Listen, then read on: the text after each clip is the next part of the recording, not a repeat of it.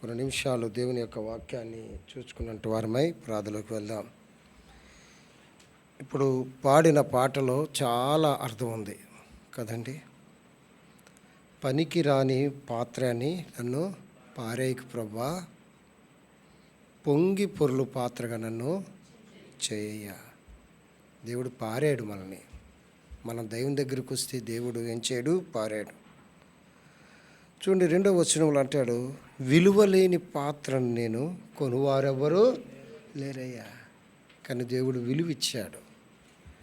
విలువలేని పాత్రను కొని, వెలలేని, చూడండి ఎంత మంచి మాట, వెలలేని నీదు రక్తంబుతో వెలుగొందు పాత్ర. అందుకే కడుక్కున్నాం, ఆయన రక్తంలో కడగబడ్డాం. ఆటంకముల నుండి తప్పించి ఎల్లప్పుడూ మమ్మను కావయ్యా.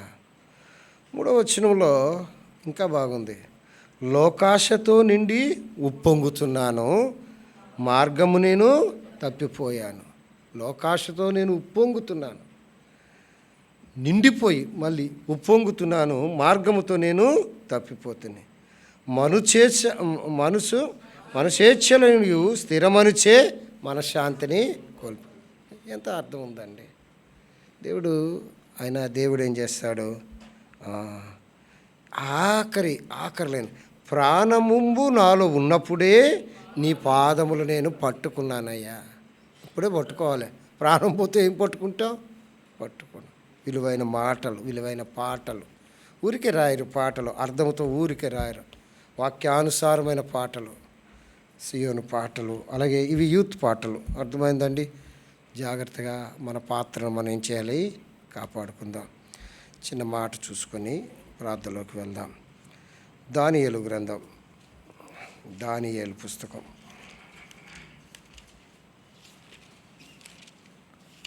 2వ అధ్యాయం. 2 మాటలు మీకు చూపిస్తాను, దాని గురించి మనము 13వ వచనం అందరూ చదువుకుందాం. దానియేలు 2:13 అందరం చదువుకుందాం. ఇట్టి శాసనము బయలుదేరటం వలన నాను చంపబడవలసి ఉండగా వారు దానియేలును అతని స్నేహితులను కూడా చంపజూచిరి. తరువాత 6వ అధ్యాయం, దానియేలు 6వ అధ్యాయం 10వ వచనం. 6వ అధ్యాయము 10వ వచనం అందరూ కలిపి చదువుకుందాం. ఇట్టి శాసనము సంతకము చేయబడవలనని దానియేలు తెలుసుకొనెను. అతడు తన ఇంటికి వెళ్ళి యథాప్రకారముగా అనుదినము మారు మోకాలోని తన ఇంటి పైగది కిటికీలను యెరూషలేము తట్టునకు తెరవబడి ఉండగా తన దేవునికి ప్రార్థన చేస్తూ ఆయన స్తుతించుచూ వచ్చే. చదవబడిన 2 మాటల్లో ఒక్క మాట ఉంది. ఏంటి చెప్పండి? శాసనము. ఇట్టి శాసనం. చూడండి, 6:10లో మొదట్లోని ఇట్టి శాసనము, 2:13లో ఇట్టి శాసనం. చిన్న ప్రార్థన చేసుకో. ప్రేమగల తండ్రి, నీ వాక్యముతో మమ్మల్ని సంధించండి. నేను అయోగ్యుడును, దీనుడుగా నీ దగ్గరికి వస్తున్నాను. కూర్చున్న వారందరికన్నా తెలుపు నన్ను ఒప్పుకుంటూ యేసునామమున వేడుకొంచున్నాం తండ్రి. ఆమేన్. ఈరోజు భారతదేశం అంతా రిపబ్లిక్ డే అని జరుపుకుంటున్నారు, జనవరి 26ని. అంటే ఎందుకు రిపబ్లిక్ డే చేస్తారు చెప్పండి? మనకు స్వాతంత్రం ఎప్పుడు వచ్చింది? ఆగస్టు 15, 1947. మరి ఇదెందుకు జెండా ఎగరేయాలి అంటే, భారత రాజ్యాంగము అమలులోనికి వచ్చిన, అంటే శాసనాలు అమల్లోకి వచ్చిన దినం. శాసనములు, రాజ్యాంగము అంటే మన దేశాన్ని మనమే పరిపాలించుకున్న ఒక చట్టాన్ని, శాసనమును మనము చేసుకొని ఆ శాసనము కిందకి మనం వచ్చిన దినం ఇది. ఆ శాసనము కిందకి మనం వచ్చిన దినం. భారతదేశం ఒక 7 సమస్యలు, ప్రధానమైన సమస్యలు, వాటి గురించి ప్రార్థన చేయండి మీరు. ఎందుకంటే ప్రధానమైన 7 సమస్యలు ఇప్పుడు బాధపడుతుంది. ప్రధానమైన 7 సమస్యలు. 1 విగ్రహారాధన. ఏమిటండి? విగ్రహారాధన. 2వది లంచగొండితనము. 2వది ఏంటి? లంచగొండితనము. మూడవది వ్యభిచారము. మూడవది వ్యభిచారము. నాలుగవది కుటిల రాజకీయాలు. నాలుగవది ఏంటండి? కుటిలమైన రాజకీయాలు. ఐదవది జనాభా పెరుగుదల. ఐదవది ఏంటి? జనాభా బాగా పెరిగిపోతున్నారు కదండి. ఐదవది. ఆరవది ఏంటో తెలుసా? నిరుద్యోగం. ఆరవది నిరుద్యోగం. బాగా నిరుద్యోగులు పెరిగిపోతున్నారు. ఆరవది. ఏడవది ఏంటంటే వనరులు తక్కువ, ధరలు పెరుగుదల. వనరులు తగ్గిపోతున్నాయి, ధరలు పెరిగిపోతున్నాయి. ఇవి ప్రధానమైన సమస్యలతో భారతదేశాన్ని పట్టి పీడిస్తున్నాయి. చెప్పండి. ఒకటి విగ్రహారాధన, రెండవది లంచగొండితనం, మూడవది వ్యభిచారం, నాలుగవది కుటిల రాజకీయాలు, ఐదవది జనాభా పెరుగుదల, ఆరవది నిరుద్యోగం, ఐదవది వనరులు తక్కువ, ధరలు పెరుగు. ఇది ఇప్పుడు ఈ సమస్యతో భారతదేశం ఎంతో మూలుగుతూ ఉంది. ఎక్కడ చూసినా విగ్రహారాధన, ఎక్కడ చూసినా వారి యొక్క ఉనికి, ఎక్కడ చూసినా వారి యొక్క ప్రభావము కనబడుతూనే ఉంది. ఒక మూలని చిన్నగా ప్రారంభించడం, అది పెద్దగా చేసేయడం కదండి. చిన్నగా ప్రారంభించడం, పెద్దగా చేసడం. విగ్రహారాధన దేశమునకు నష్టం. నేను తప్ప వేరొక దేవుడు మీకు ఉండకూడదు. అర్థమైందా? దేనిని కూడా మీరు చేసుకొనకూడదు. ఎంతగా ప్రబలిపోయిందంటే మతమౌఢ్యముతోనూ విర్రవీగుతున్న బృందాలు తయారవుతున్నాయి. మతం అంటే ప్రాణం పెట్టేసినట్టు బృందాలు తయారవుతున్నాయి. దాని కొరకు ఎటువంటి హింస చేయడానికైనా సౌలు లాంటి వారిని తయారు చేస్తున్నారు. అంటే పౌలు మారకముందు ఎవరండి? సౌలు లాంటి వాళ్ళని తయారు చేస్తున్నారు. ఎన్నో దాడులు, ఎన్నో హింసలు, ఎంతో క్రూరమైన పరిస్థితుల్లోనికి వారికి బోధిస్తున్నారు, వారికి జీతం ఇస్తున్నారు, వారిని తయారు చేస్తున్నారు. చాలా దౌర్భాగ్యమైన పరిస్థితిలో యువతను తప్పుదోవ పట్టిస్తున్నారు. సన్మార్గములో నడిపించవలసినవి వారిని ఏం చేస్తున్నారంటే రెచ్చగొడుతూ, రెచ్చిపోతూ ఏం చేస్తున్నారు? ఇతరుల మీదకు ఉసుగొలుపుతున్నారు. శాంతియుతముతో దేవుణ్ణి ప్రకటిస్తున్న వారు, సత్య మార్గాన్ని బోధిస్తున్నవారు హింసించబడుతూ ప్రతిగా హింసించకుండా, కొట్టబడుతూ ప్రతిగా కొట్టకుండా, దూషించబడుతూ ప్రతిగా దూషించకుండా దైవ శక్తితో దేవుని మార్గాన్ని పరలోకానికి బోధించే వారి మీద జరుగుతూ మతమౌఢ్యముతోనే జరుగుతున్నాయి ఆ దాడులు. విగ్రహారాధన.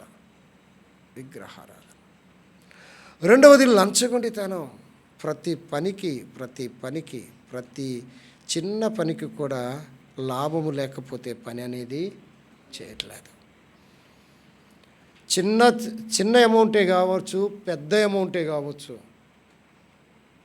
అందుకంటాడు బైబిల్ ఉంది, లంచగొండితనము దేశమును పాడు చేయను. ఇవన్నీ బైబిల్ ఉన్నాయి. విగ్రహారాధన దేశమును పాడు చేయను, లంచగొండితనము దేశమును పాడు చేయను. ప్రతి పనికి సామాన్యం కాదు, చిన్న లెక్కలలో లంచగొండితనము కాదు, లక్షలలో, కోట్లలో లంచగొండితనం. లక్షలలో. సామాన్యునికి అది కట్టడం చాలా కష్టం, కన్నీరు. కానీ ఉన్నవాడే ముందుకు వెళ్తున్నాడు. ఇది రెండవ సమస్య. మరి శాసనం ఏమి చేస్తుంది? చట్టం ఏం చేస్తుంది? చట్టం చట్టముగానే ఉంది కానీ ఏం చేస్తుంది? అలాగా వీరు చేసిన పనులకు చట్టము సిగ్గుపడుతుంది. వీరు చేసిన పనులకు చట్టం ఏమవుతుంది? సిగ్గుపడుతుంది. మూడవది వ్యభిచారం. ఎక్కడ చూసినా ఎంతో ప్రబలిపోయింది. బిలాము బైబిల్లో బాలాక్కి ఒక చక్కని సలహా ఇచ్చాడు. నేనైతే వారిని శపించలేను, దేవుడు నాతో ఏది పలికితే నేను వారికి వరకు చెప్తాను, దీవించేశాడు. దేవుని బాలాకు భయపడుతున్న బాలాకు అన్నాడు, ఏమిటా నీకింత డబ్బు ఇచ్చాను, ఎంత ఇచ్చాను, నువ్వేం చేస్తావంటే, అయ్యో దేవుడు పలికిందే నేను పలికాను, నేను వేరే మాట పలకలేను. బాగానుంది అంతవరకు. కానీ అక్కడ ఒక బోధ చేశాడు, అక్కడ ఒక మాట చెప్పాడు. బిలాము బోధలు అంటారు వాటిని. ఏమిటా బోధ అంటే ఏం చేశారు? అయ్యా, మీ దగ్గర మంచి మోయాబు స్త్రీలు ఉన్నారు కదా, వారి మధ్యకు పంపిస్తే, మనం చెప్పించడం కాదండి, దేవుడే చెప్పిస్తాడు ఆ పాపంతో. ఆ పాపానికి ప్రేరేపించాడు. పాపానికి వారు ఏం చేశారండి? ప్రేరేపితులు అయిపోయారు. జాగ్రత్తగా. దానివల్ల ఏమైపోయింది? మరణం వచ్చింది. దేశం ఏమైపోయిందండి? నష్టపోయింది. దేశం నష్టపోతున్న కారణాలు ఇవి. మూడవది. నాలుగవది ఏంటన్నా? కుటిల రాజకీయాలు. ఒకడి మీద ఒకడు ఐక్యత లేకుండా చంపి పైకి రావడం, దూషించి పైకి రావడం, కొట్టి పైకి రావడం, దోచుకుని పైకి రావడం, ఇది జరుగుతుంది దేశం. దానివల్ల ఏమవుతుంది అంటే క్షేమము లేని స్థితి. దేశంలో క్షేమము లేదు. ఎప్పుడు ఎవడు ఎలా ఏం చేస్తాడో అర్థము కాని పరిస్థితి. తర్వాత ఏముందమ్మా? ఎంత ప్రపంచ దేశాలలో ఒకప్పుడు చైనా అత్యధికమైన జనాభా కలిగి ఉండేది. దాన్ని మించిపోయింది. మనం గ్రోత్ పెరిగిపోతుంది. అభివృద్ధి అన్నిట్లో అభివృద్ధి కాదు, జనాభాలో అభివృద్ధి పెరుగుతుంది. ఇప్పుడు మీకు ఒక ప్రశ్న వేస్తాను, జాగ్రత్త చెప్పండి. నరకంలో ఏ దేశపు జనాభా ఎక్కువ ఉంటారు చెప్పండి అమ్మా? ఎంత నశించిపోతుంది. 145 కోట్ల పైచిలుకు ఉంది ఇప్పుడు మన జనాభా. అర్థమైందండి? మనకు స్వాతంత్రం వచ్చేసరికి 50 కోట్లు కూడా లేదు మన జనాభా. 50 కోట్లు కూడా లేదు మన జనాభా. మూడింతలుగా పెరిగిపోయిన జనాభా ఏమైపోతుంది? ప్రభు అడుగుతాడు, నన్ను అడుగుతాడు, అయ్యా నరకంలో మీ దేశస్తులు ఎక్కువ ఉన్నారయ్యా, భారతదేశస్తులు ఎక్కువ ఉన్నారయ్యా అంటే, మన భారతీయులు పరలోకంలో తక్కువ సాంద్రత, నరకంలో ఎక్కువ సాంద్రత. ఒకవేళ అక్కడ కూడా ప్రభు అనుమతిస్తే ఆ అగ్నిని కూడా ఒక దేవుడిగా చేసి పూజించే దౌర్భాగ్య పరిస్థితి మన భారతదేశ పరిస్థితి. జనాభా పెరుగుతుంది. ఎందుకు పెరుగుతుంది జనాభా? ఎందుకు పెరుగుతుంది? జనాభా పెరిగితే మా వాళ్ళు పెరుగుతారు, మా మతం వాళ్ళు పెరుగుతారు, మా కులం వాళ్ళు పెరుగుతారు, లేక మా జాతోళ్ళు పెరుగుతారు. దానివల్లనే కానీ దానికి ఒక కట్టడంటూ లేదు. ఇవన్నీ చాలా బహిరంగంగా చెప్పలేను, వివరంగా స్ట్రాటజీస్ ఇవ్వలేను. ఎందుకంటే ఇస్తే బాగుంటుంది కానీ ఇవ్వలేను, ఇక్కడ బయటికి వెళ్తుంది కాబట్టి. ఇలాగైంది. తర్వాత ఏంటి? నిరుద్యోగం. ఎన్ని కాలేజీలు ఉన్నాయో, ఎంతమంది ఇంజనీరింగ్ చదువుతున్నారో, ఎంతమంది డాక్టర్స్ అవుతున్నారో, ఎంతమంది మిగతా చాలా వివిధ కోర్సుల్లో ఎంతమంది ఉన్నారో కదండి. డిగ్రీ రిలీజ్ అయిన వాళ్ళు, పిహెచ్డి రిలీజ్ అయిన వాళ్ళు, ఎంఏ రిలీజ్ అయిన వాళ్ళు, ఇక ప్రతి సబ్జెక్ట్స్, మెడికల్ వాళ్ళు, పారామెడికల్స్ ఎంతమంది రిలీజ్ అవుతున్నారో, సంవత్సరానికి వారి సంఖ్య ఏమవుతుంది? పెరిగిపోతుంది. మరి వీళ్ళందరికీ ఉద్యోగ అవకాశాలు ఉన్నాయంటే ఏమంటాడు? మీరు చదువుకున్నారు, మీ పాటలు మీరు పాడండి అన్నాడు. మీరు చదువుకుంటున్నారు, మీ పాటలు మీరు పాడండి. కొంతమంది సన్మార్గంలో చక్కగా వారు చేసుకున్నారు. కొంతమంది ఏం చేస్తున్నారంటే అక్రమమైన మార్గంలో అక్రదోవలు తెప్పుతూ ఇతరులను మోసపుస్తూ ఇప్పుడు జరుగుతున్న అర్థమైందండి. ఒక డబ్బు కొరకు ఇతరులు మోసపుస్తున్నారు, ఒక డబ్బు కొరకు ఇతరులు చంపేస్తున్నారు, ఒక డబ్బు కొరకు ఏం చేస్తున్నారు, పాపపు ఊబిలో చిక్కుకుంటున్నారు. దౌర్భాగ్యం. ఏమవుతారు ఉద్యోగాలు లేనప్పుడు? మన నాయకులు ఏం చెప్తున్నారంటే, మీరు ఉద్యోగాలు చేయడం కాదు, మీరే ఉద్యోగాలు కల్పించండి అంటున్నాడు. ఎంత దౌర్భాగ్యం. మీరే కంపెనీలు పెట్టండి అంటున్నాడు. కంపెనీలు పెట్టడానికి వీటి దగ్గర పెట్టుబడి ఏముంది? అలా పెరుగుతున్నారు. తర్వాత ఏంటమ్మా, వనరులు తక్కువ, మన వనరులు తరిగిపోతున్నాయి, భూసారం తగ్గిపోతుంది, పంటలు కరువు వస్తుంది, ఎప్పుడు తుఫాను వస్తుందో తెలియదు, ఎప్పుడు ఎండ కాస్తుందో తెలియదు, ఎప్పుడు రైతు యొక్క పంట అందుతుందో లేదో తెలియదు, ఎప్పుడు ఆడు తెచ్చుకున్న పంట చేతికి వస్తుందో తెలియదు. అలాగా తరిగిపోతున్నప్పుడు మన ధరలు ఏమైపోయి పెరిగిపోతున్నాయి. ఇవి ప్రధానం. వీటన్నిటి కొరకు మనం ప్రార్థన చేయాలి. భారతదేశం యొక్క క్షేమం కొరకు, భారతదేశం యొక్క నాయకుల కొరకు, భారతదేశంలో సమస్యల కొరకు, ఉత్తర భారతదేశం కొరకు, దక్షిణ భారతదేశం కొరకు, అలాగే ఈశాన్య భారతదేశం కొరకు, భారతదేశం అంతటి కొరకు మనం ఏం చేయాలండి? భారతీయులుగా మనం ప్రార్థన చేయాలి. శాసనాలు బాగా రాసుకున్నాం, శాసనానుసారంగా ప్రవర్తిస్తున్నామంటే ఎవరు కూడా ప్రవర్తించట్లేని పరిస్థితి వచ్చేసింది. ఎవ్వరు ఆ శాసనమునకు అమలు చేసిన రోజే ఈరోజు, ఆ శాసనాన్ని అమలు చేసిన రోజే ఈరోజు. బైబిల్ గ్రంథంలో కూడా, దానియేలు గ్రంథంలో 2 శాసనాలు చేయబడ్డాయి. కానీ వాటి నుండి వచ్చిన విజయాలు ఈ రాత్రి, క్షమించండి, ఈ ఉదయం నేను చెప్తా, జాగ్రత్తగా ఆలకించండి. 2 శాసనాలు చేయబడ్డాయి. ఎలాగ వారు దాన్ని అధిగమించారు, నువ్వు ఎలాగ అధిగమించాలి, మనం ఏం చేయాలి, మన దేశం కొరకు మనం ఏం చేయాలి చూడండి. మొదటి చూడండి, ఇక వాక్యంలోకి వెళ్దాం. 2వ అధ్యాయం 13వ వచనం. మనకు మంచి చదవండి, చదువు అక్కడి చదువు.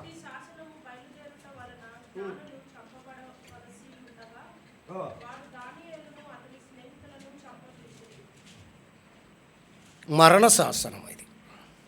ఏ శాసనం అండి? మరణ శాసనం. మరణ శాసనం అనేది ఎందుకు మరణ శాసనం? ఎందుకు మరణ శాసనం? ఒక రాజు కల వచ్చింది, కళ మర్చిపోయాడు, దాని భావం చెప్పమన్నాడు. కళ చెప్పమన్నాడు, దాని భావం చెప్పమన్నాడు. ఎవరైనా చెప్తారా? ఎవరైనా అనొచ్చు, అయ్యా నాకు రాత్రి కళ్ళద్దాలు కనమంటే, అయితే నీకు చూపు తక్కువరా అని అర్థం చెప్పచ్చు, భావం చెప్పచ్చు. అర్థమైందా? కానీ కళ చెప్పలేదు, దాని భావం చెప్పమన్నాడు. ఎవరు చెప్తారు? కోపం వచ్చింది రాజుకి. ఎంత కోపం వచ్చిందంటే, ఎందుకు మిమ్మల్ని అందరినీ పోషిస్తున్నాను, శకునగాండ్రను, కల్దీలను, అలాగే గాడి విద్య గలవారిని, జ్ఞానులను మిమ్మల్ని ఎందుకు పోషిస్తున్నాను? అరే మీరు నాకు ఉపయోగపడకపోతే ఏం లాభం, నాకు వచ్చిన కళ చెప్పకపోతే ఏం లాభం అని ఏం చేశాడో తెలుసా? వారి మీద మరణ శాసనం రాశాడు. అదే 13వ వచనం అంటాడు, ఇట్టి శాసనము బయలుదేరుట వలన. ఏంటి? 12వ వచనం చదవండి, 11వ వచనం చదవండి, 11, 12. రాజు విచారించిన సంగతి బహు అసాధారణమైనది, అసంభవం. అక్కడ ఎంత బాగుందో, మామూలు అసాధ్యము కాదు, బహు అసాధ్యమైనది, అసాధారణమైనది. ఎవరు చెప్పుతారు? కలగాని కలభావాన్ని ఎవరు చెప్పగలరు? ఎవడో జ్ఞాని, లేకపోతే దేవతలో దేవుడో ఎక్కడో దిగొచ్చినోడు చెప్పాలి. అందుకే క్లియర్ అని, దేవతలు కాక మరి ఎవ్వరు ఈ సంగతి తెలియజెప్ప మనుషులకు చేత కాదు. మనం అలాగ అనుకుంటాం, దేవతలు తప్ప ఎవరు కూడా దీన్ని చెప్పజాలరన్న. దేవతల నివాసములు శరీరాల మధ్య ఉండవు కదా. ఈ మాట అండర్లైన్ చేసుకోండి. వాళ్ళే చెప్తున్నారు. ఆ గారడి విద్య గలవారు, ఆ కల్దీయులు, ఆ జ్ఞానులు, ఆ శకునగాండ్రు వాళ్ళే చెప్తున్నారు. ఏం చెప్తున్నారు? దేవతల నివాసములు శరీరాల మధ్య ఉండవు కదా, ఉండకపోతే వాళ్ళ దేవుళ్ళా? ఉండకపోతే వాళ్ళ దేవుళ్ళా? ఆలోచించండి, ఒకసారి ఆలోచించండి. దేవతల నివాసములు శరీరాల మధ్య ఉండవు కానీ వాళ్ళే చెప్తున్నారు. ఉండకపోతే ఏ లాభం? మన ప్రభు ఏం చెప్పాడు? మన ప్రభు ఏం చేశాడు? నేను వారి మధ్య నివసించినట్లు నాకు ఒక పరిశుద్ధ మందిరమును నిర్మించవాలి. లేవ్యాకాండములు అంటాడు. నివాస స్థలమును ఏర్పరచమన్నాడు. దేవుడు మనతో నివాసం చేయడానికి ఆశపడుతున్నారు. ఆయనే దేవుడు. దేవతలు నివాసములు శరీరం మధ్య ఉండవట. మరి శరీరం మధ్య మనకు అందుబాటులో మన మధ్య నివసించేవాడు దేవుడు. ఆయనే ప్రభు అయిన యేసుక్రీస్తు అంటాడు. అందుకంటాడు ప్రకటన గ్రంథం 21:3 అంటాడు, దేవుని నివాసము మనుషులతో కూడా ఉన్నది. ఎందుకుంది దేవుని నివాసం? చదవండి 21:3. ప్రకటన గ్రంథం 21:3. ఎందుకుంది దేవుని నివాసం? అప్పుడు ఇదిగో దేవుని నివాసము మనుషులతో కూడా ఉన్నది. చదవమ్మా. అయ్యా ఏం చేస్తాడు? దేవతలు శరీరం మధ్య ఉండరట, దేవుడు మనుషుల మధ్య ఉంటాడు. ఎందుకున్నాడు? నెంబర్ 1, ఆయన వారితో ఏం చేస్తాడండి? కాపురము. కాపురం అంటే ఏంటి? నిత్యము మనతో అందుబాటులో ఉండేవాడు. కాపురము చేయును. వారు ఎవరండి? వారు ఆయన ప్రజల యుందురు. దేవుడు తానే అందుకుంటున్నాడు మన మధ్య. ఎందుకుంటున్నాడు తెలుసా? మనతో నిత్యము కాపురం చేయడానికి. రెండవది, దేవుడు తానే వారు దేవుడై ఉండి, అంటే మనకు దేవుడు మన ప్రక్కనే ఉన్నాడు. దేవతలు శరీరం మధ్య ఉండరు, దేవుడే శరీరం మధ్య ఉంటాడు. ఆ దేవుడు ప్రభువైన యేసుక్రీస్తు వారే. కాపురం ఉంటాడట. తర్వాత చూడండి ఏమంటాడు, చూడండి ఏం చేస్తాడు? దేవుడై ఉంటాడట. తర్వాత ఏం చేస్తాడు? వారికి తోడై ఉంటాడట. వారికి ఏముంటాడండి? తోడై ఉంటాడు. ఈ సంవత్సరం సార్వత్రిక సంఘ వాగ్దానం కూడా అదే కదా, నేను మీ ముందుకు పోచు మీకు తోడై ఉంటాను. వారికి తోడై ఉంటాడు. దైవ లక్షణాలు. దేవుడు మన మధ్య ఉంటాడు, దేవతలు మన మధ్య ఉండవు. చూడండి తర్వాత ఏమన్నాడు? తోడై ఉండి మనం కన్నీళ్లు గారిస్తేట ఆయన వారి కన్నుల ప్రతి బాష్ప బిందువును తుడిచివేయను. మరణమిక ఉండదు, దుఃఖమైనను ఏడుపైనను ఇవన్నీ లేకుండా చేస్తున్నాడు. మనతో ఉండి ఆయన అన్నీ చేస్తున్నాడు. శాసనం, మరణ శాసనం వచ్చేసింది. రండి దానియేలు గ్రంథంలోనికి రండి. ఏమైంది? 12వ వచనం, 2వ అధ్యాయం 12వ వచనం. అందుకు రాజు కోపం. ఇప్పుడు ఒక శాసనం చేశాడు. నేను 2 శాసనాల గురించి చెప్తున్నాను. ఇది శాసనము అమలుకు వచ్చిన దినము కాబట్టి 2 శాసనాల గురించి చెప్తున్నాను.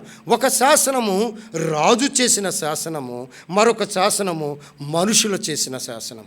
అది 6వ అధ్యాయంలో. రాజు చేసిన శాసనము మరణ శాసనం. చూడండి ఏమంటాడు చూడండి. అందుకు రాజు, ఎవరు చెప్పలేదు కదా, ఆ కళాభావం ఎవరు చెప్పలేదు కదా. అందుకు రాజు ఏమొచ్చింది? రాజుకి కోపం వచ్చేసింది. కోపము తెచ్చుకుని, మామూలు కోపం కాదు అది, అత్యాగ్రహము గలవాడే బబులోనులోని జ్ఞానులందరినీ సంహరించవల్లని ఆజ్ఞ ఎందుకు నాకు పనికి రాకపోతే ఎందుకు వీళ్ళందరినీ చంపేయండి అన్నాడు. అంతే. ఏమండి అర్థమైందా? ఇట్టి శాసనం చూడండి. అప్పుడు చెప్తున్నాడు, ఇట్టి శాసనము బయలుదేరటం వలన జ్ఞానులు చంపబడవలసిందిగా వారితో పాటు ఎవరిని చంపేయాలి? దానియేలును బబులోను అందరిని చంపడానికి, తన స్నేహితులను. ఇప్పుడు ఏం చేయాలి? దేవుని బిడ్డలు ఇప్పుడు ఏం చేయాలి? ఇటువంటి శాసనాలు వచ్చినప్పుడు దేవుని బిడ్డలు ఏం చేయాలి? మిమ్మల్ని ప్రోత్సాహపరుస్తున్నాను. దయచేసి ఎవరైనా ఈ వాక్యం వింటున్న వారు మిమ్మల్ని ప్రోత్సాహపరుస్తున్నాను. ఇటువంటి శాసనాలు చేయబడినప్పుడు ఏం చేయాలి? దానియేలు ఏం చేశాడు? ప్రార్థన చేశాడు, అంతే. ఎన్నో భయంకరమైన చంపేస్తారు, చంపేస్తారు. దానియేలు కూడా చంపబడతాడు, దానియేలు స్నేహితులు కూడా చంపబడతారు. ఒక నీతిమంతుడు, ఒక ప్రార్థనాపరుడు ఏమి చేయగలడో అదే చేశాడు దానియేలు. ఒక ప్రార్థనాపరుడు ఏమి చేయగలడో అదే చేశాడు దానియేలు. ఏం చేశాడు చూడండి, చెప్పండి. అప్పుడు చూడండి 15వ వచనం. ఎందుకు వచ్చింది అని అడిగాడు, తెలుసుకున్నాడు ఆర్యోకు దగ్గర.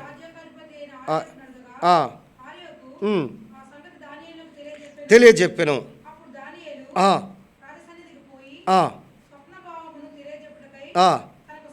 అయ్యా కొద్దిగా సమయం ఇవ్వండి, కొద్దిగా సమయం ఇవ్వండి. దేవుడు నీకు ఇచ్చిన సమయంలో నువ్వు ప్రార్థన చేయాలి, అది ఇక్కడ చెబుతుంది. దేవుడు నీకు ఇచ్చిన సమయంలో నువ్వు ప్రార్థన చేయాలి. ప్రార్థన చేయకపోతే చాలామంది చచ్చిపోతారు, చాలామంది నాశనానికి వెళ్ళిపోతారు. చూడండి, తనకు సమయము దయచేయమని రాజునేం చేశాడు? అయ్యా నువ్వు శాసనం చేసావు, ఇట్టి శాసనం చేసావు, మరణ శాసనం చేసావు, ఇదిగో అది వెంటనే అమల్లోకి వస్తుంది. ఆర్యోకు దాన్ని అమలు చేస్తాడు. అయ్యా రాజుని ఆడు బతిమాలుతాడు, కొద్దిగా బ్రతిమాలాడు. దానియేలు ఇద్దరిని బ్రతిమాలాడు. రాజు సమయము కొరకు రాజును బ్రతిమాలాడు. అర్థమైందా? సమస్య పరిష్కరించమని ప్రభువును బ్రతిమాలాడు. అర్థమైందా? అయ్యా కొద్దిగా సమయం నాకు ప్రార్థన చేసుకోవడానికి, ఇంకొద్దు, ఆర్యోకును పంపించొద్దు, ఆఫ్ చేయి, కొద్దిగా సమయం ఉన్నప్పుడు ఆ సమయంలో వారు ఏం చేశారో తెలుసా? 17వ వచనం.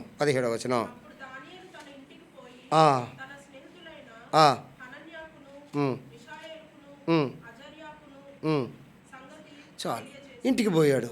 రాజు సన్నిధిలో ఇంటికి వెళ్ళిపోయిన దానియేలు ఇప్పుడు ఏం చేస్తున్నాడంటే తన స్నేహితులు కూడా చనిపోతారు. అదే ముందు రాశాడు కదా, దానియేలు చనిపోతాడు, దానియేలు స్నేహితులు కూడా చనిపోతారు. కాబట్టి అరే బాబు ఏమన్నాడు చూడండి, అనన్య, మిషాయేలు, అజర్యా, మనకు ఒక గొప్ప పరీక్ష వచ్చింది, మీరు నేను సావాల్సిందే, రండి ప్రార్థన చేద్దాం అన్నాడు. ఏమన్నాడండి? ప్రార్థన చేద్దాం. ఇప్పుడు చూడండి, ఇక్కడ ఒక చిన్న పాఠం చెప్తా జాగ్రత్త. నేను ఒక్కడ చేయొచ్చుగా, ఆ క్రెడిట్ ఒక్కడే కొట్టొచ్చుగా. నో, తనతో పాటు ప్రార్థనాపరులు ఉన్నారు. ప్రార్థనాపరుల సహకారం మనకు అవసరం. ప్రియమైన వారులారా, ఎవరు ప్రార్థన చేస్తారో వాళ్ళు ప్రార్థనాపరుల సహకారం మనకి అవసరం. దానియేలు తెలుసు, దేవుడు బయలుపరుస్తాడు. దానియేలుకి 100% ఏముందండి? కాన్ఫిడెన్స్ ఉంది, నిశ్చయిత ఉంది. ఏమనాలి? ఆ ప్రార్థన నేనే చేసి నేనే క్రెడిట్ కొట్టాలని కాదు, నాకన్నా నా సమస్య నా ప్రార్థనా పరులకు చెబితే తీరుతుంది. నీ సహవాసం ప్రార్థనాపరులతో ఉండాలి. నీ సహవాసం ఎవరితో ఉండాలి? ప్రార్థన. వాళ్ళకి చెప్పాడు, అరే మనం కష్టంలో ఉన్నాం, మనం బాధలు ఉన్నాం, కొద్దిగా నేను వెళ్ళకపోతే రాజు ఇక ఆర్యోకు బయలుదేరి అందరూ మనల్ని చంపేస్తాడు, సైన్యాన్ని తీసుకొచ్చి. ప్రార్థన ఎట్టి శాసనాలైనా మారుస్తుంది. చూడండి ఏం చేశారు, చదవండి 18వ వచనం. తానును తన స్నేహితులను బబులోనులో తక్కిన జ్ఞానులతో కూడా నశింపకుండునట్లు, ఈ మాట పట్టుకోండి. 18, నశింపకుండునట్లు, మన ప్రజలు నశింపకుండునట్లు, మన కుటుంబంలో మన బిడ్డలు నశింపకుండునట్లు, మన ఎవరి బిడ్డలు నశింపకుండునట్లు, మన సంఘంలో ఉన్న విశ్వాసులు నశింపకుండునట్లు, మన సమాజంలో ఉన్న పౌరులు నశింపకుండునట్లు, దేశము కొరకు లేక ఆరు నశింపకుండునట్లు మనం ఏం చేయాలి? ప్రార్థన చేయాలి. నశించిన దాన్ని వెతికి రక్షించుటకు మనుష్య కుమారుడు ఈ లోకానికి వచ్చాడు. నశింపక నిత్యజీవం పొందినట్లు ఆ ప్రియకుమారుని మన కొరకు అనుగ్రహించాడు. నశింపకూడదు. అందుకంటాడు నాశనమునకు జోగేడు వారిని మనం ఏం చేయాలండి? లాగాలట. యూదాపత్రికలు అంటాడు. మన బాధం అది, మన భాగం అది, మన భారం అది ఉండాలి. చూడండి ఏం చేస్తున్నాడు. నశింపకున్నట్లు ఆ కళ యొక్క మర్మ విషయంలో ఎవరు నేర్చుకున్నారు? ఎవరినండి? ఇక్కడ రాజు ఉన్నాడు. ఎవరు మనుషులు అడగట్లేదు, వారు జ్ఞానం ఉపయోగించలేదు. ఓహో అరవతి వస్తే ఆడు ఇలా పోయి ఆడు అడగొచ్చు ఒక మాట, మీరు జాగ్రత్త వినండి, ఒక జాగ్రత్త ఉంది. రాజా మీరు ఏం ఆలోచించి పడుకున్నారో ఒకసారి చెప్తారా అని అడగొచ్చు. ఏం ఆలోచించలేదయ్యా, ఏదో భోజనం చేశాను, ఆ కూర బాగుందంటే వీళ్ళు జనరల్గా ఏం చెప్పాలి? ఏదో కూర గురించి చెప్పచ్చు కదా. లేదయ్యా నేను పలానా సైన్యం గురించి, ఏదో అయితే ఈయనకి సైన్యం గురించి. మానవ జ్ఞానముతో వారు దానిని పరిష్కరించలేదు. రాజుని ఇంకే ప్రశ్నలు అడగలేదు. ఇది రాజు చెప్పలేడు, రాజు యొక్క ఊహ కాదు, ఇది దేవుడే చెప్పగలదు. ఆయన పరలోకమందున్నాడు, ఆయన పరలోకమందున్నాడు. ఏమంటే చూడండి, పరలోకమందుని దేవుని వలన కటాక్షము పొందు నిమిత్తము. ఇంకొక మాట కూడా గమనించండి, ఇక్కడ కటాక్షము పొందునట్లు, నశింపకుండునట్లు, ఎన్ని మాటలు ఉన్నాయండి. నశింపకుండునట్లు, కటాక్షము పొందునట్లు ఎవరిని వేడుకోవాలి మనం? ఇక్కడ 2 పాయింట్లు, ప్రార్థనాంశాలు 2 వచ్చాయి. ఒకటి ప్రజలు నశింపకుండునట్లు, రెండవది దేవుని కటాక్షం మన మీదకి రావడానికి ఎవరిని వేడుకోవాలి మనం? పరలోకమందున్న దేవుని. ఇంకొక మాట చెప్తా జాగ్రత్తనండి. వేడుకొనడని వారిని ఏం చేశాడండి? ఈ మాట కూడా పట్టుకోండి. వారిని ఏం చేశాడు? మామూలుగా చెప్పలా, వారిని కోరేను అనలే, వారిని వేడుకొని అనలేదు, హెచ్చరించాడు. జాగ్రత్త, ఇది కూడా మనకు హెచ్చరిక. ప్రార్థన ఒక హెచ్చరిక. ప్రార్థించండి అని హెచ్చరిస్తున్నాడు దానియేలు. నశించిపోతున్నారు, నాశనం వెళ్ళిపోతున్నాం. ఇక రాజు ఖడ్గము జ్ఞానుల మీదకి వచ్చేస్తుంది, శకునగాండ్ర మీదకి వస్తుంది, గారడి గల మధ్యవర్గం మీదకి వస్తుంది, దానితో పాటు దానియేలు మీదకి వస్తుంది, షడ్రకు మేషకు అబేద్నెగో వారి మీదకి వస్తుంది. ఇప్పుడు హెచ్చరిస్తున్నాడు, మనం చాలా ప్రమాదంలో ఉన్నాం, దేశం చాలా ప్రమాదంలో ఉంది, చాలా ప్రమాదంలో ఉన్నాం. పడుకుంటే కుదరదురా బ్రదర్ అన్నాడు, అంతే. పడుకుంటే కుదరదు, ప్రార్థన చేయి, హెచ్చరిస్తున్నాడు. ప్రార్థన చేయి బిడ్డ, ప్రార్థన చేయమ్మా, ప్రార్థన చేయయ్యా. ప్రభు మనల్ని కోరుతున్నాడు. ఎటువంటి ప్రమాదములు ఉన్నామని హెచ్చరించాను.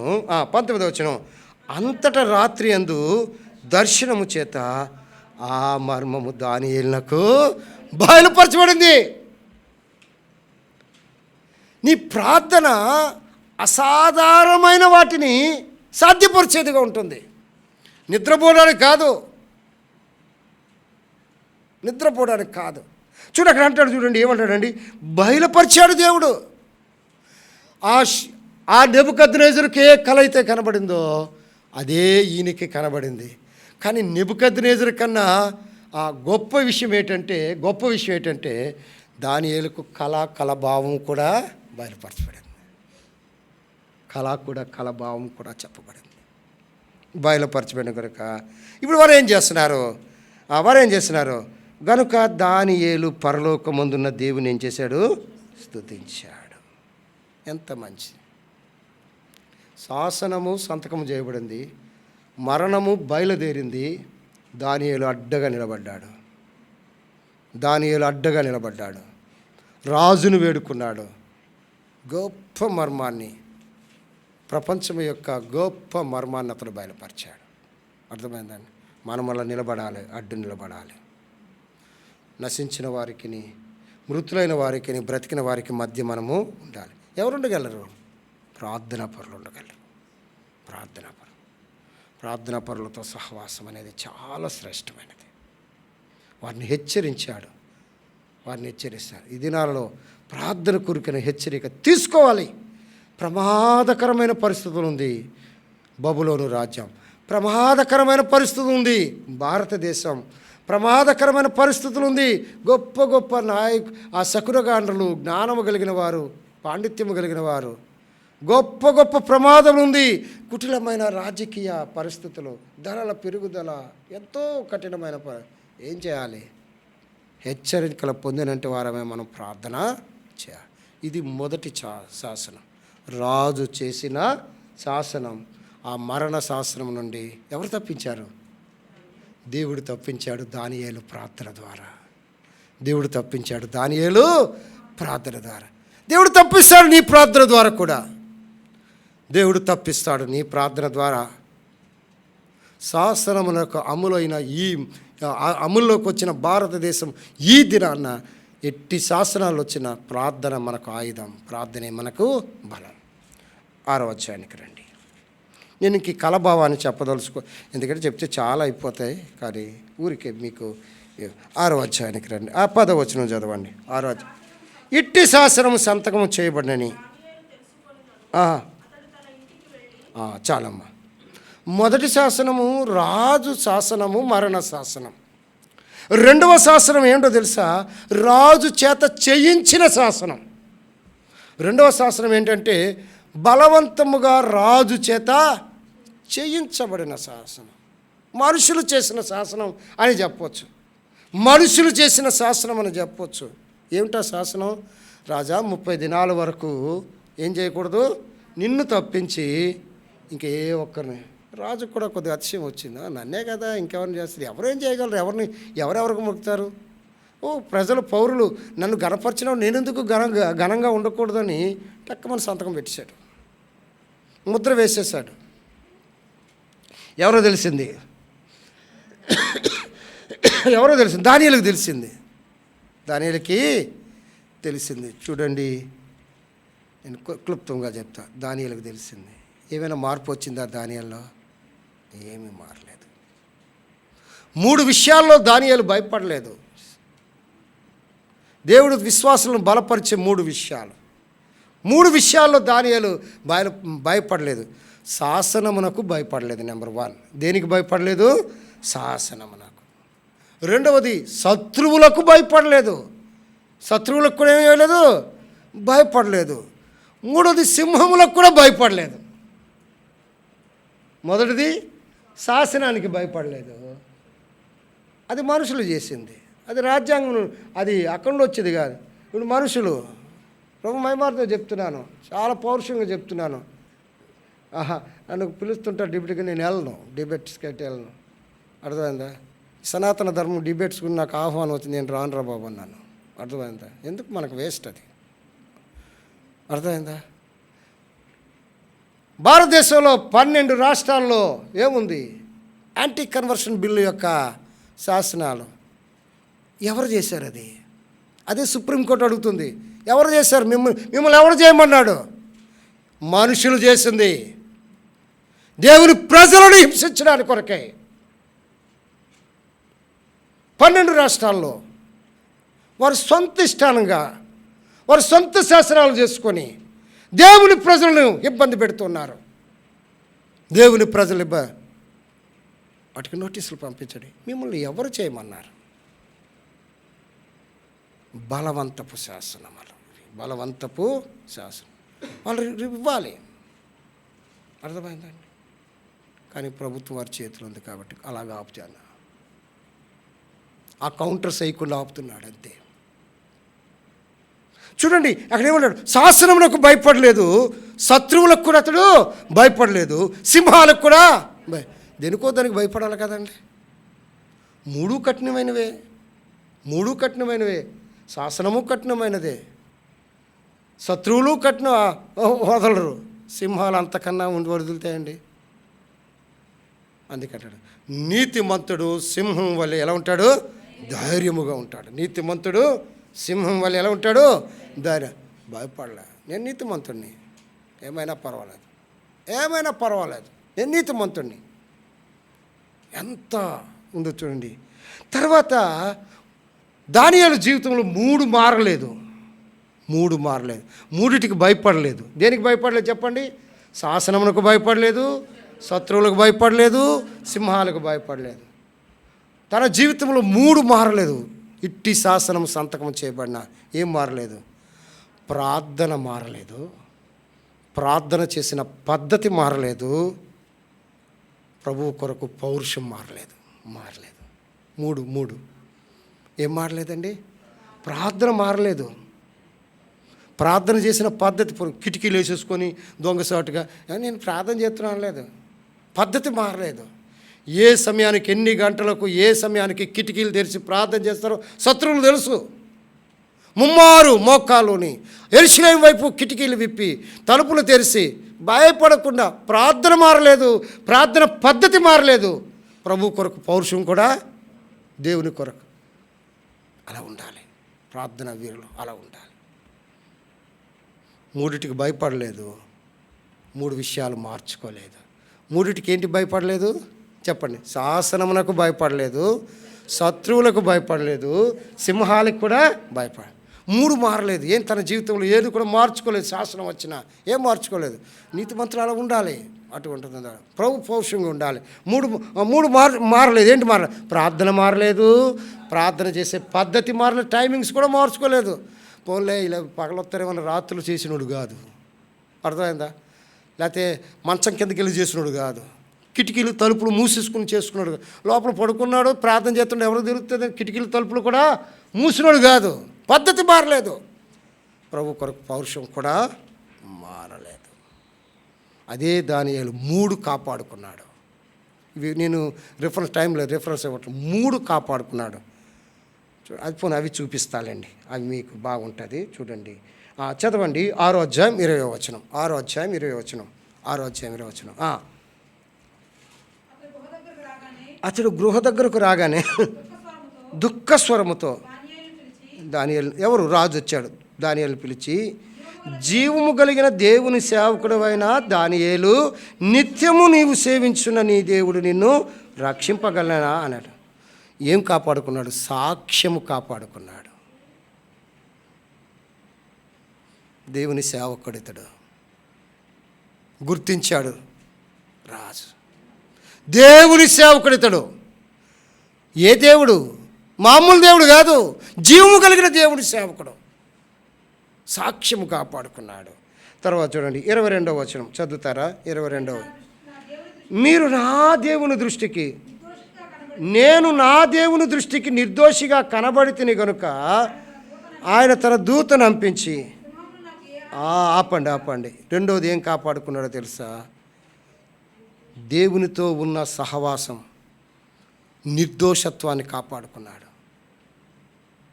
నిర్దోషత్వానికి, దేవునికి అతనికి ఉన్న సంబంధము, నిర్దోషత్వాన్ని అతను ఏం చేశాడు? కాపాడుకున్నాడు. సాక్ష్యాన్ని కాపాడుకున్నాడు, మనస్సాక్షిని కూడా కాపాడుకున్నాడు. సాక్ష్యాన్ని కాపాడుకున్నాడు, తన మనస్సాక్షి. నిర్దోషత్వం ఎక్కడ? మనస్సాక్షే కదా. తన మనస్సాక్షిని కూడా కాపాడుకున్నాడు. 3వది చూడండి. 3వది ఒక్క మాట చదవమ్మా. 22వ వచనం చదవమ్మా. నేను ఏ హానియూ చేయకుండా వాటి నోళ్ళు ముగించాడు. రాజా, దేవా రాజా, నీ దృష్టికి నేను నేరం చేసిన వాడను కనుక. ఏం భక్తిని కాపాడుకున్నాడు. తనకున్న భక్తిని చాలా సందర్భాల్లో ప్రార్థన జీవితానికి ఉన్న 3. నేను ముగిస్తున్నాను. 2 శాసనాలు చూసాం. 2వ అధ్యాయంలో మరణ శాసనము, రాజు చేసిన శాసనం, చంపేస్తారు ఇక. కానీ ప్రార్థనాపరుడు శాసనాన్ని మార్చగలడు.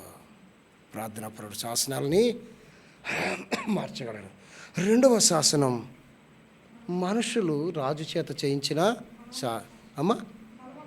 బలవంతపు శాసనం. Very good. బలవంతపు శాసనం. అది దానియేలు కొరకే చేయబడిన శాసనం, ఇంకొకరి కొరకు కాదు. దేవుని బిడ్డల కొరకు ఎన్నో శాసనాలు చేస్తున్నారు. కానీ ఏమవుతుంది? దేవుని ప్రజలు సింహముల నోలను మూయించేవాడు, సాక్ష్యమును కాపాడుకునేవాడు, భక్తి కలిగిన సాక్ష్యం ఎవరు చేయగలరు? ప్రార్థనా పరులే. ఎవరు చేయగలరు?